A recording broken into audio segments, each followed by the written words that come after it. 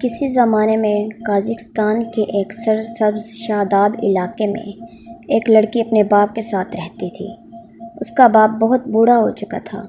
وہ لوگ بہت غریب تھے۔ ان کا گزارا بڑی مشکل سے ہوتا تھا۔ ان کے پاس ایک بوڑھی گائے تھی جو اب دودھ کے قابل نہ تھی۔ ایک دن غریب بوڑھے نے بیل کے ساتھ گائے کو بھی بیل گاڑی میں جوتا، بیل گاڑی میں جلانے والی لکڑیاں رکھی اور بازار کی طرف روانہ ہوا، ان لکڑیوں کو بیچ کر کھانے پینے کی چیزیں خرید سکے۔ راستے میں اسے ایک موٹے پیٹ والا سوداگر ملا۔ اس نے لکڑیوں کا جائزہ لیا اور پھر بوڑھے کی طرف دیکھتے ہوئے پوچھا، اے بوڑھے، کیا تم یہ بیچو گے؟ بوڑھے نے عاجزی سے جواب دیا، کیوں نہیں حضور۔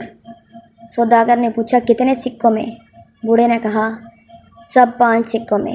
سوداگر نے کہا، سب 5 سکوں میں؟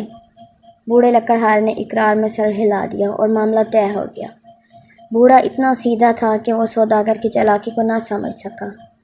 چالاک سوداگر جلدی سے پاس کھڑے ہوئے لوگوں کی طرف مڑا اور ان سے کہنے لگا، تم لوگوں نے سن لیا کہ لکڑہارے نے سب 5 سکوں میں بیچنے کا سودا کیا ہے۔ سوداگر نے لفظ سب پر زور دیا۔ وہاں کھڑے ہوئے لوگوں نے اپنا سر ہلا کر ہاں میں اشارہ کیا۔ اب موٹے سوداگر نے بوڑھے سے کہا کہ بیل گاڑی کو میرے گھر کے صحن میں لے آؤ۔ جیسے ہی بوڑھے نے لکڑیاں اتارنے کے لیے رسیاں کھولنی شروع کی، سوداگر نے تیزی سے اپنی جیب سے 5 سکے نکالے اور غریب لکڑہارے کو دیتے ہوئے کہا، اے بوڑھے، یہ سکے لے اور یہاں سے نکل جا۔ بوڑھے نے حیرت سے سوداگر کی طرف دیکھا تو سوداگر نے کہا، تم نے کہا تھا کہ سب 5 سکوں میں بیچو گے، کیا تم نے نہیں کہا تھا سب سے مراد بیل گاڑی اور اس کے جانور اور یہ سارا سامان ہے؟ غریب بوڑھا یہ سن کر ہکا بکا رہ گیا۔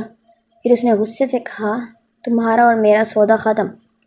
لیکن بدنیت سوداگر بھلا کب ماننے والا تھا۔ اس نے سختی سے بوڑھے کو جھڑکا اور رسیوں کو تھامتے ہوئے کہا، سودا کیسے ختم ہو سکتا ہے؟ تم کسی بھی طرح معاہدے کی خلاف ورزی نہیں کر سکتے۔ یہ میری خوش قسمتی ہے کہ میرے پاس اتنے گواہ ہیں۔ اب اس کا ایک ہی حل ہے کہ عدالت میں جا کر فیصلہ کرایا جائے۔ بوڑھے نے سوچا، چونکہ میں غریب ہوں اس لیے عدالت بھی میرے حق میں فیصلہ نہیں دے گی، لہٰذا اس نے وہ 5 سکے اپنی جیب میں رکھے اور اپنی غربت پر کڑتا ہوا گھر کی طرف روانہ ہو گیا۔ گھر جا کر بوڑھے نے یہ واقعہ اپنی بیٹی کو سنایا۔ بیٹی نے اسے تسلی دی اور کہا، گھبرانے کی کوئی ضرورت نہیں، کل پڑوس سے بیل اور کلہاڑا ایک دن کے لیے لے لیں گے۔ گھر میں رکھی ہوئی لکڑیوں کو بیل گاڑی میں رکھ کر میں ان کے اوپر بیٹھ جاؤں گی، پھر ہم سوداگر کے پاس جائیں گے۔ اگر وہ پوچھے کہ لکڑیاں بیچنی ہیں تو کہنا یہ لڑکی کی ہیں، اسی سے سودا کر لو۔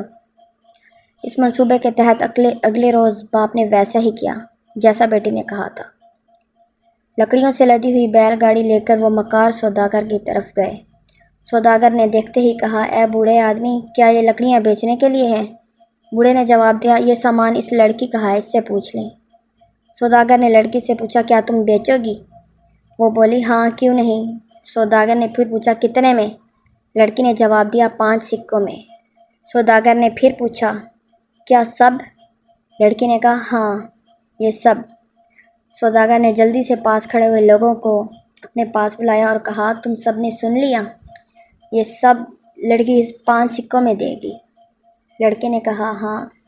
تو سوداگر نے جلدی سے کہا، بیل گاڑی صحن میں اندر لے کے جاؤ۔ اس پر لڑکی نے کہا، کیا تم یہ رقم اپنے ہاتھ کے ساتھ دو گے؟ سوداگر نے کہا، کیوں نہیں، میں یہ رقم اپنے ہاتھ کے ساتھ ہی دوں گا۔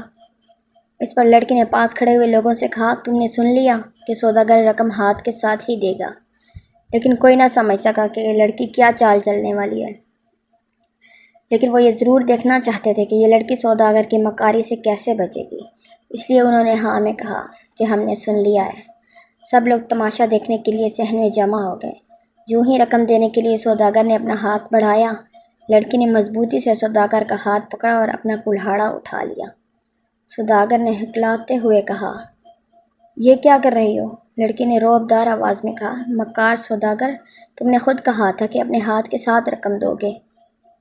اس بات پر ہی سودا طے ہوا تھا۔ یہ سب اتنی تیزی کے ساتھ ہوا کہ سوداگر گھبرا گیا۔ اس نے سوچا کہ اگر یہ معاملہ عدالت میں جاتا ہے تو میں مقدمہ ہار جاؤں گا۔ اس نے بے دلی سے اپنے ہاتھ کے بدلے 1000 سکے پیش کیے جو لڑکی نے قبول کر لے۔ اسی طرح لڑکی نے اپنی ذہانت سے چالاک سوداگر کو شکست دے دی۔ 1000 سکے سوداگر نے لڑکی کو دے دیے، لیکن وہ سارا سامان لے لیا۔ لیکن وہ سارا دن یہ سوچتا رہا کہ لڑکی سے اپنی بے عزتی اور نقصان کا بدلہ کیسے لے۔ پھر ایک ترکیب اس کے ذہن میں آئی۔ وہ لڑکی کے پاس گیا اور کہا، آؤ ہم عدالت میں چلیں، ہم ایک ایک قصہ سنائیں گے۔ اگر دوسرے نے اس قصے کو جھوٹ ثابت کیا تو اسے 1000 سکے دینے پڑیں گے۔ اگر کوئی یہ سمجھتا ہے کہ دوسرا سچ بول رہا ہے تو وہ اس کے لیے سچ ثابت کرنا ہوگا۔ لڑکی راضی ہو گئی۔ چنانچہ اگلے دن سوداگر، بوڑھے کی لڑکی اور کافی تعداد میں لوگ عدالت میں جمع ہو گئے۔ پہلے سوداگر نے اپنی بات شروع کی۔ اس نے کہا، میں نے سال بھر پہلے گندم کاشت کی تھی۔ گندم کے بیج اتنے صاف ستھرے تھے کہ گندم کے بڑے خوبصورت پودے اگے۔ پھر گندم تیار ہو گئی۔ جب گٹھے بنائے تو ہر گٹھے میں ایک چھوٹا بھیڑ کا بچہ موجود تھا۔ جب غلہ علیحدہ کرنے والی جگہ پر یہ گٹھے لے جائے گئے تو ہر دانے میں بھیڑ کا بچہ تھا۔ جب اس غلے کو آٹا پیسنے کی مشین میں لے جایا گیا تو پٹ کے 2 پارٹوں میں سے بھیڑ کے بچے نکل کر دوڑنے لگے اور میں کرنے لگے۔ سوداگر یہ سب کہہ رہا تھا اور وہاں کھڑے لوگ سر ہلا ہلا کر اشارہ کر رہے تھے کہ موٹا آدمی جھوٹ بول رہا ہے۔ لیکن جب قاضی نے لڑکی سے پوچھا تو لڑکی نے جواب دیا کہ سوداگر کا ایک ایک لفظ سچ ہے۔ اگر گندم کے بیجوں کو اچھی طرح صاف کر کے بویا جائے گندم اچھی اگے گی۔ خزاں میں کٹی ہوئی گندم کے ڈھیر چھوٹے بھیڑ کے بچے دکھائی دیتے ہیں۔ جب غلہ علیحدہ کرنے کے لیے اسے ہوا میں اڑایا جاتا ہے تو ہر دانہ بھیڑ کا بچہ لگتا ہے، اور جب اس غلے کو پیسنے کے لیے مشین میں ڈالا جاتا ہے تو یقیناً بھیڑ کے بچوں کی طرح یہ میں کریں گے۔ لڑکی نے اس عمدہ طریقے سے اس کو بیان کیا کہ قاضی اور سوداگر لڑکی کی اس بات کی مخالفت نہ کر سکے۔ اب لڑکی کی باری تھی۔ اس نے موٹے سوداگر کی طرف دیکھا اور کہا، میرا چچا تجارتی قافلوں کی رہنمائی کرتا تھا۔ ایک دفعہ جب وہ جنگل میں 600 اونٹوں کے قافلے کی رہنمائی کر رہا تھا تو اچانک ڈاکوؤں نے قافلے پر حملہ کر دیا اور لوٹ لیا۔ اس دوران پیدل چلنے والے چند بے گناہ بھی مارے گئے۔ کل میرے چچا نے مجھے بتایا کہ قافلے کو لوٹنے والے اور بے گناہوں کو قتل کرنے والے ڈاکوؤں کا سردار یہی موٹا سوداگر ہے۔ پھر لڑکی نے سوداگر کو مخاطب کرتے ہوئے پوچھا، میں جھوٹ بول رہی ہوں یا سچ کہہ رہی ہوں؟ اسی وقت وہاں کھڑے ہوئے لوگوں نے شور بلند ہوا۔ سوداگر اتنا خوفزدہ ہوا کہ وہ بے ہوش ہو کر زمین پر گر گیا۔ جب تھوڑی دیر بعد ہوش آیا تو اس نے تماشائیوں کو زور سے کہتے ہوئے سنا، اے ڈاکو کہیں کے، اے مکار انسان، اب بولو۔ لیکن وہ کیسے بول سکتا تھا؟ اس کی تو حالت ایسی تھی کہ کاٹو تو بدن میں لہو نہیں۔ قاضی نے بھی سوداگر سے جواب طلب کیا۔